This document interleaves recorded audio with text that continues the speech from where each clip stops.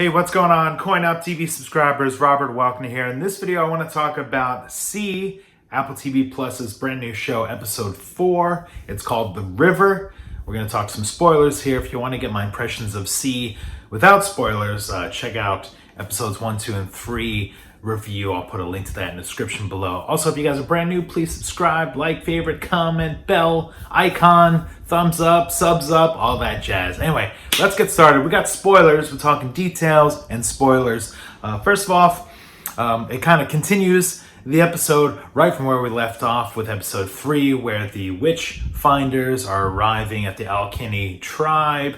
They've caught up to him from Gether's little message in the bottles tips there, and now we're going to see yet another sort of fight or something going down. And what happens is Baba Voss actually anticipated this happening, and this is something I said in my last video, that we weren't sure if Baba Voss has sort of created an escape plan or some defenses for an invasion. So we find out that he's actually created a raft, or built a raft, and it's parked back behind the tribe, ready to go there on a riverbank there. So what happens is when they find out that the witch finders are coming, Baba Voss and his family grabs his family and a few red shirts and Paris, played by Alfie there, and they escape onto this raft. It's a cool looking raft. I mean, it's got some nice style. For a dude can't see, Jason Momoa is able to create a nicely crafted raft. I mean, clean lines, a little design there. That's a lot to create without being able to,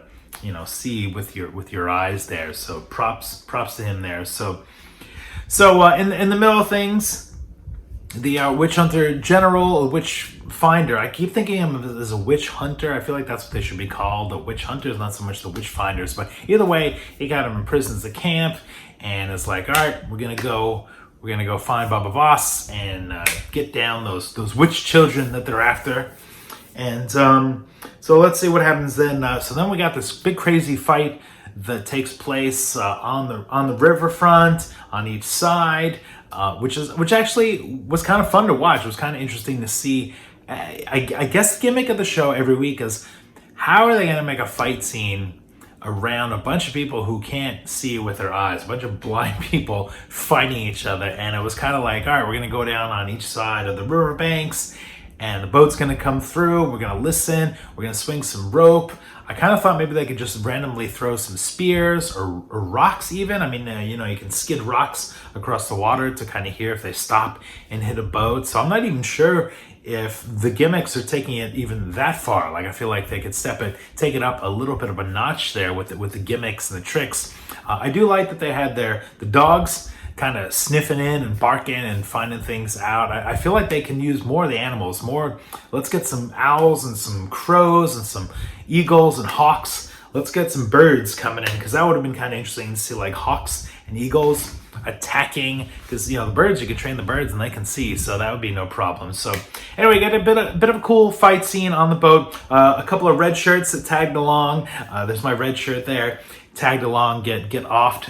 It was kind of interesting. The dudes on the side were swinging a rope and a claw, and they were kind of yanking them out and stabbing them and stuff like that. So we lost a couple people from the tribe, and it's only down to like a few people. It's like Baba Voss, his wife, the twins, Paris, and the other gal that tagged along are left. So there's 6 left on the boat, and it turns out that they got this little note, and they read it and they sort of decide, hey, we're going to follow the path of Jerla Moreau and find where he's at and what his little settlement is, or are we going to just go on our own and explore? So they kind of take a vote and decide that they're going to go follow the breadcrumbs left behind by Jerla Moreau there. I hope I'm saying his name right. I've been writing down a few notes with people's names, because some of them are a little tricky. Jerla Moreau, if I'm saying that right. I just watched the episode like 2 minutes ago. Also, it was kind of interesting right at the end there. Hanawa, the female twin, she's showing sort of her Tomb Raider Lara Croft skills with the bow and arrow, and the last bow and arrow she shoots at is the traitor guy Gether. So he gets it kind of in the chest, falls to his knees. It seems like that's the end for him. Okay, so then we get back to Queen Kane. She's back at the Citadel, or the dam, where all the religious fanatics are, and they've got their war council, and everybody's sort of talking, and they're trying to find what's going on. Why are we taking some resources to go find these twins that are out there? It's been 17 years. It's like a decade. What's going on? We want some answers. Why do they keep escaping? And then we kind of find out a little more of the nuances there with the religious citadel folks. I don't know what they're called exactly, where the Queen Kane and her posse are hanging out. We sort of find out that there's some defiance there, some difference of opinion. Some of the people actually want to off Queen Kane, and then we find out a reveal that somebody says that hey, Queen Kane, don't be mad, bro, that just because you and Gerla Moreau were lovers and he ditched you and said adios, peace. And I kind of laughed when I heard that. I was like, oh, this Gerla Moreau guy gets around. He's just kind of planting a seed wherever he goes, and shown up, and the ladies love him, and props to him.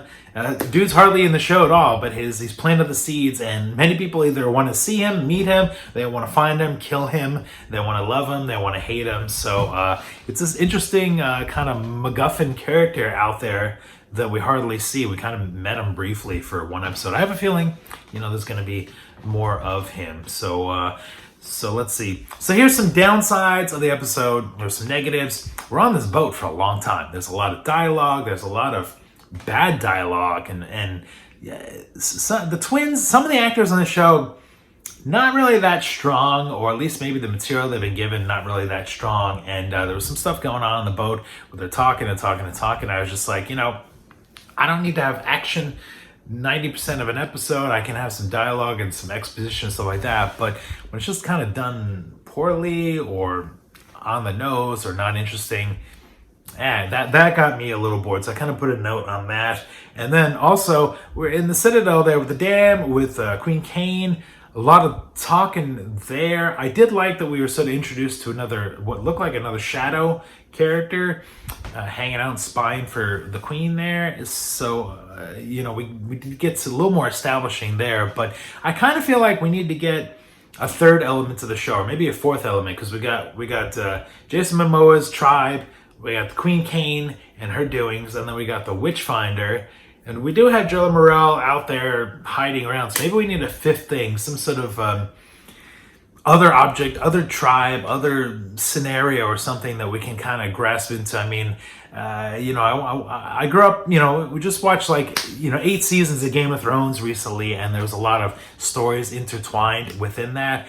And with this, I feel like we're just getting 1 or 2 stories kind of laying out, not a lot of lore, not a lot of world building, not a lot of character development thing. Everything is very surfacey. It's like, here's the immediate thing that's happening now, and maybe a little bit in the future.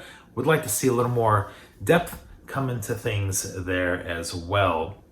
So then at the end of the episode, Queen Kane, she actually assassinates a couple of the conspirators against her, and this kind of causes an uproar, and people are upset. So she says, you know what? I ain't going down like that, and I'm just going to go ahead and pull the plug on the dam, and this place is going to go down and explode. And I don't really know physics, dam theory, but if you're inside a dam and you turn off the valves and it stops the water from shooting out, is the immediate thing that the dam is going to crush and fall apart, or is that just because it's 500 years in the future or whatever, that the building is already partially crumbling or something? You have to let me know in the comments below if that's what happens with dam logic there. But it did sort of seem a little strange. So we don't really get to see the dam crumble, so that's a little bit of a cliffhanger to the episode. So we'll see how episode 5 goes with the dam, and seeing what goes on with that. When I was watching this episode,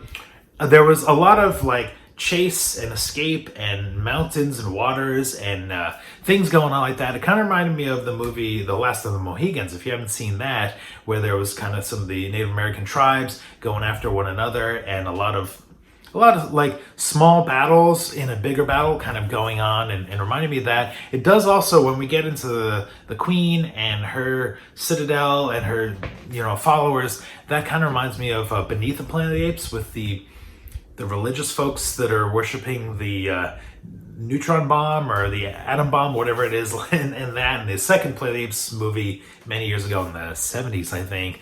So I'm getting flashbacks to some old like sci-fi and fantasy and stuff like that. Listen, visually the show is still a heck of fun, and the fight scene on the boat was kind of cool. It was just great to see Jason Momoa, going ninja assassin there with the going in the water and taking some dudes out, and it was cool to see some of the gal Hanawa shooting her arrows. I mean, she needs to build like 100 arrows. She needs to be stocked.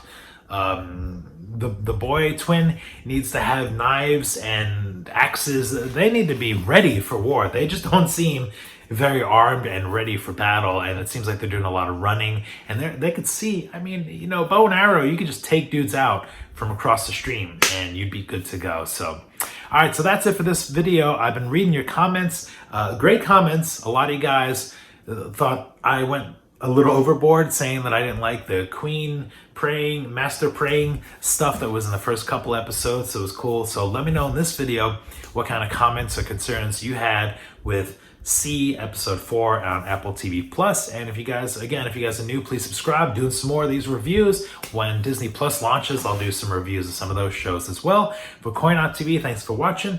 We'll see you next time.